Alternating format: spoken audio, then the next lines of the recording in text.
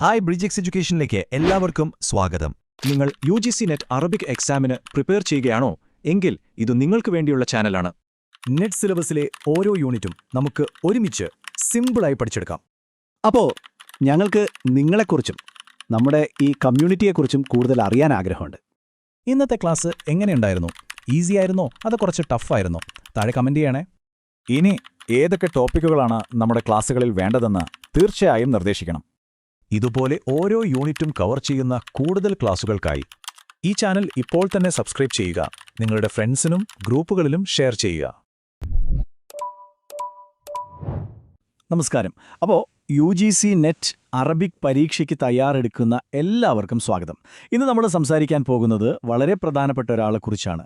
ആധുനിക ഇന്ത്യൻ അറബി സാഹിത്യത്തിലെ ഒരു അധികായൻ, നിങ്ങളുടെ സിലബസിലെ ഒഴിച്ചുകൂടാനാവാത്ത ഒരേഴായ മുഹമ്മദ് നാസിം അൻ നദ്വിയെക്കുറിച്ച്. ഓക്കെ, അപ്പോൾ അദ്ദേഹത്തിൻ്റെ ജീവിതത്തിലേക്കും പ്രധാനപ്പെട്ട സംഭാവനകളിലേക്ക് നമുക്കൊന്ന് ആഴത്തിലിറങ്ങിച്ചെല്ലാം. ഓക്കെ, അപ്പം നമ്മൾ എന്തൊക്കെയാണ് ഇന്ന് നോക്കാൻ പോകുന്നത് പെട്ടെന്നൊന്ന് കാണാം. അദ്ദേഹത്തെക്കുറിച്ചുള്ളൊരു ഇൻട്രോ, പിന്നെ അദ്ദേഹത്തിൻ്റെ വിദ്യാഭ്യാസം, അധ്യാപന ജീവിതം, പ്രധാനപ്പെട്ട പദവികൾ, സാഹിത്യകൃതികൾ, അവസാനം അദ്ദേഹത്തിൻ്റെ ലെഗസി. ഇങ്ങനെയാണ് നമ്മൾ മുന്നോട്ട് പോകുന്നത്. ശരി, തുടങ്ങാം. ശരി, നമുക്ക് തുടങ്ങാം. ഏതൊരു വലിയ വ്യക്തിയെക്കുറിച്ച് പഠിക്കുമ്പോഴും നമ്മൾ ആദ്യം മനസ്സിലാക്കേണ്ട ഒരു കാര്യമുണ്ട്. എന്താണ് അവരുടെ പ്രാധാന്യം? അപ്പോൾ ആരായിരുന്നു ഈ മുഹമ്മദ് നാസിം അൻ നദ്വി? 20-ാം നൂറ്റാണ്ടിലെ ഇന്ത്യൻ അറബി സാഹിത്യത്തിൽ അദ്ദേഹത്തിന്റെ പേര് എന്തുകൊണ്ടാണ് ഇത്രയധികം തിളങ്ങി നിൽക്കുന്നത്? നമുക്ക് നോക്കാം. 86 വർഷം, അതായിരുന്നു അദ്ദേഹത്തിന്റെ ജീവിതകാലം. ഒരു സംഭവബഹുലമായ ജീവിതം. അറിവിനും അധ്യാപനത്തിനും സാഹിത്യത്തിനും വേണ്ടി പൂർണ്ണമായും മാറ്റിവെച്ചൊരു ജീവിതം. ശരിക്കും ഈ വർഷങ്ങൾക്കുള്ളിൽ അദ്ദേഹം ലോകത്തിന് നൽകിയത് വിലമതിക്കാനാവാത്ത സംഭാവനകളാണ്. ഇനി നമുക്ക് അദ്ദേഹത്തിൻ്റെ യാത്രയുടെ തുടക്കത്തിലേക്ക് പോകാം, അല്ലേ? ഏതൊരു പണ്ഡിതന്റെയും ചിന്തകളെ രൂപപ്പെടുത്തുന്നത് അവരുടെ കുട്ടിക്കാലവും വിദ്യാഭ്യാസവുമാണല്ലോ. മുഹമ്മദ് നാസിം അൻ നദ്വിയുടെ വിജ്ഞാനത്തിന്റെ അടിത്തറ എവിടെയായിരുന്നു? അദ്ദേഹത്തെ ഒരു മഹാപണ്ഡിതനാക്കി മാറ്റിയ ആ ആദ്യ പാഠങ്ങൾ എവിടെ നിന്നായിരുന്നു? നമുക്കൊന്ന് പരിശോധിക്കാം. 1914 ബീഹാറിലായിരുന്നു ജനനം.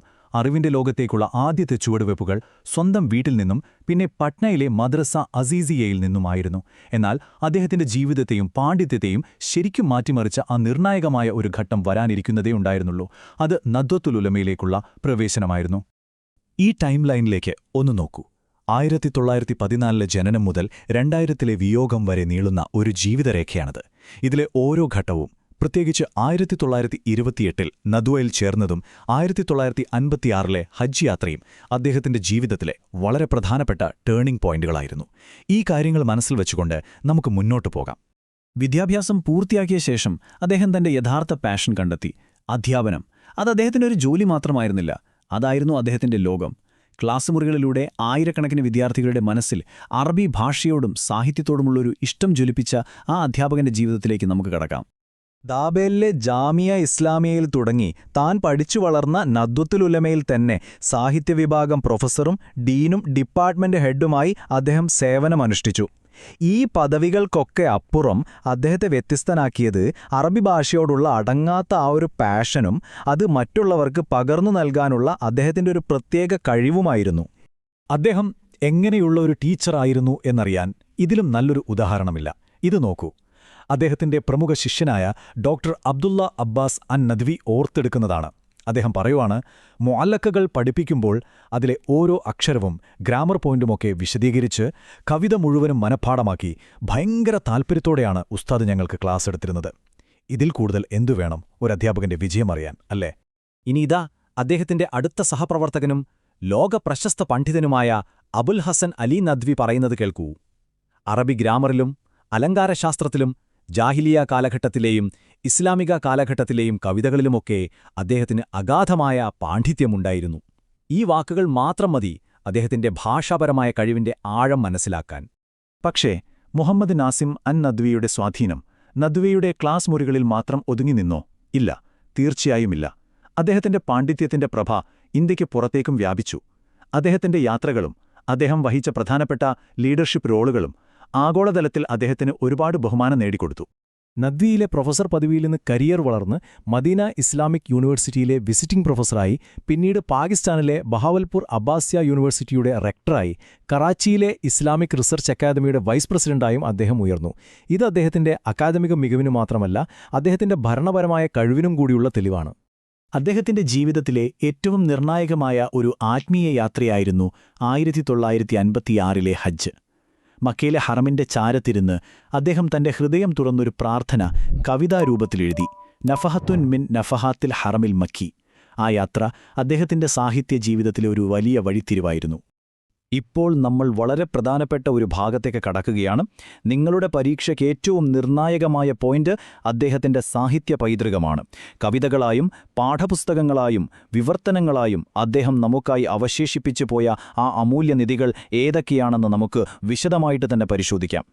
ഇനി ഈ ഭാഗം വളരെ വളരെ ശ്രദ്ധിക്കണം. ബാക്കത്തുൽ അസ്ഹാർ, അൽ ഖസീദത്തുർ റായിയ തുടങ്ങിയ അദ്ദേഹത്തിന്റെ കവിതാസമാഹാരങ്ങൾ. പക്ഷേ അതിലും പ്രധാനപ്പെട്ട ഒന്നാണ് അറബി ഭാഷാ പഠനത്തിനായി അദ്ദേഹം തയ്യാറാക്കിയ 4 ഭാഗങ്ങളുള്ള അൽ മിൻഹാജുൽ ജദീദ് എന്ന പാഠപുസ്തകം. ഇത് പരീക്ഷകളിൽ സ്ഥിരം വരുന്നൊരു ചോദ്യമാണ്, മറക്കരുത്. അദ്ദേഹത്തിന്റെ കവിതയുടെ ആഴവും ഭംഗിയും മനസ്സിലാക്കാൻ ഹജ്ജിനിടെ എഴുതിയ ആ പ്രാർത്ഥനാകാവ്യത്തിലെ ഈ വരികൾ കേട്ടാൽ മതി. ബസത്തു യദയ്യ റാജിയൻ മിൻഗ ഗുഫ്രാന വ ജന്നത്ത ഫിർദോസിൻ ലദൈക വയദുവാന. അതിന്റെ അർത്ഥം, നാഥ, നിന്നോട് പാപമോചനവും നിന്റെ പക്കലുള്ള സ്വർഗവും സംതൃപ്തിയും യാചിച്ചുകൊണ്ട് ഞാനിതാ എന്റെ കൈകൾ നീട്ടുന്നു എന്ന്.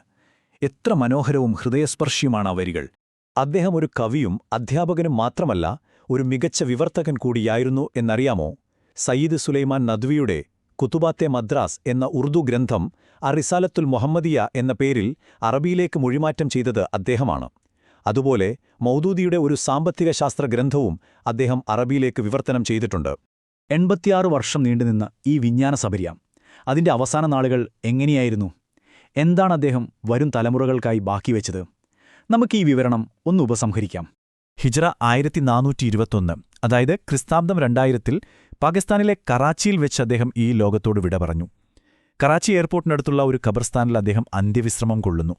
പക്ഷേ അദ്ദേഹം കൊളുത്തിവെച്ച ആ വിജ്ഞാനത്തിന്റെ വെളിച്ചം അതിന്നും കെടാതെ നിൽക്കുന്നു. അപ്പോൾ നമ്മൾ അവസാനിപ്പിക്കുകയാണ്. പോകുന്നതിനു മുൻപ് ഈയൊരു ചോദ്യം ഞാൻ നിങ്ങൾക്ക് വിട്ടുതരുന്നു.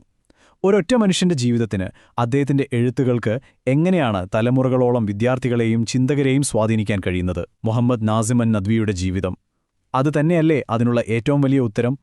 അപ്പോ നമ്മൾ പ്രധാന കാര്യങ്ങളൊക്കെ പറഞ്ഞു കഴിഞ്ഞു. ഇനി അടുത്ത സ്റ്റെപ്പ് എന്താണെന്ന് നോക്കിയാലോ?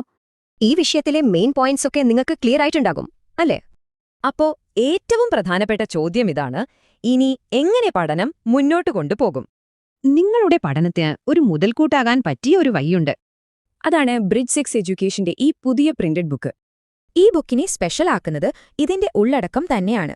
നമ്മുടെ ഓരോ ക്ലാസ്സിലെയും പോയിന്റ്സും കഴിഞ്ഞ 5 വർഷത്തെ നെറ്റ് എക്സാം ക്വസ്റ്റ്യൻസും ഇതിലുണ്ട്. ഈ ബുക്കിന്റെ ഒരു കോപ്പി ഓർഡർ ചെയ്യാൻ വളരെ എളുപ്പമാണ്. ഓർഡർ ചെയ്യാൻ താഴെ കമന്റ് ബോക്സിൽ നിങ്ങളുടെ ഫോൺ നമ്പറും അഡ്രസ്സും കൊടുത്താൽ മതി. നിങ്ങളുടെ വിജയത്തിലേക്കുള്ള യാത്രയിലെ ഈ പുസ്തകം ഒരു വലിയ സഹായമാകട്ടെ. നിങ്ങളുടെ പഠനത്തിനും ശോഭനമായ ഭാവിക്കും എന്റെ എല്ലാവിധ ആശംസകളും. അപ്പോ അടുത്തൊരു വിഷയവുമായി നമുക്ക് വീണ്ടും കാണാം. Thank you.